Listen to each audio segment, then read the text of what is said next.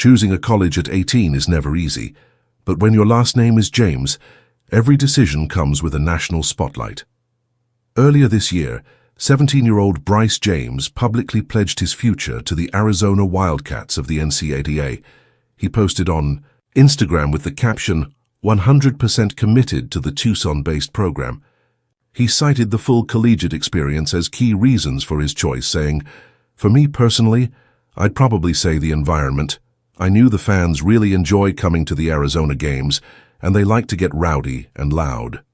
He chose Arizona over other offers from Duquesne and Ohio State. Now, Arizona is taking the floor this season, but with Bryce, he is on the bench awaiting his chance to be the youngest James on the court.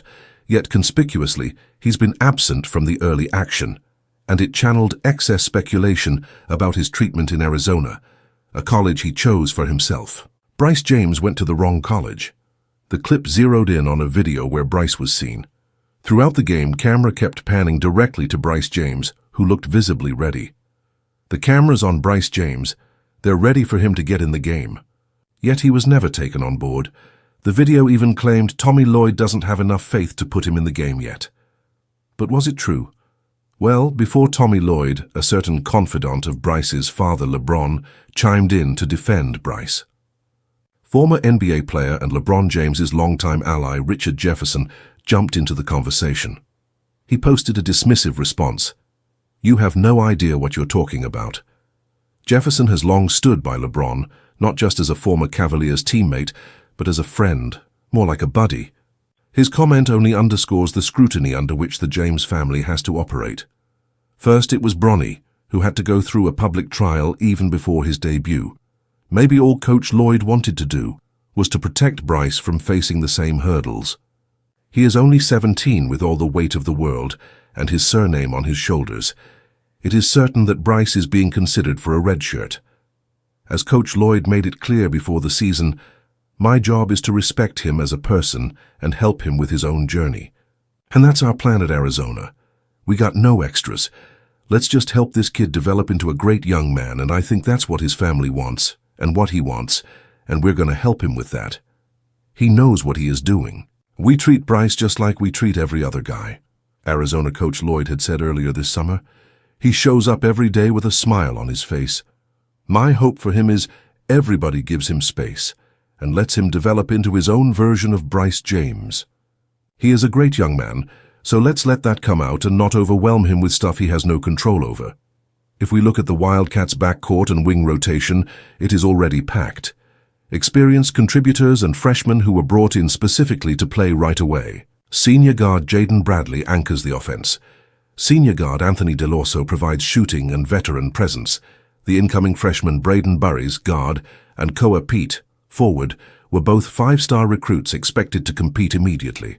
That context helps explain why Bryce has yet to see meaningful minutes.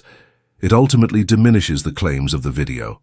The claim that the Arizona team was being unfair to Bryce. This is what RJ's comment aimed at. The James family's moves, despite being scrutinized, are protected by his closed circle. Despite the setback, one thing was clear. Whether LeBron is present or not, his close ones are always ready to stand by him and his family.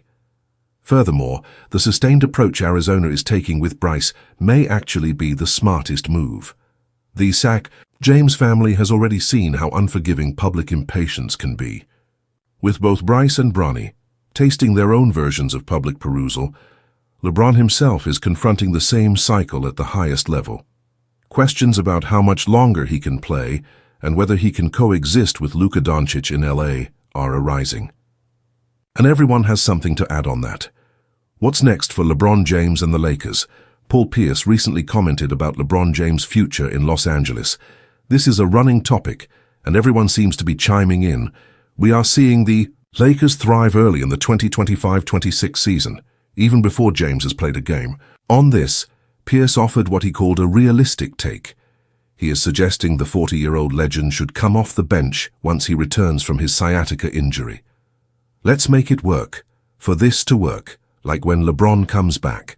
LeBron's got to come off the bench, Pierce said on KG Certified, a podcast hosted by Kevin Garnett. Pierce argued that while LeBron can still give you the same production, but off the bench, because his game and Luka's game don't work together. Garnett was left visibly stunned and was not having it. He pushed back hard, insisting that LeBron's elite form still merits a starting role. Could James prove Pierre wrong? The Lakers roster has provided us with enough surprises this season, with the heroic emergence of Austin Reeves, who even reached a 51-point game without both LeBron and Luka.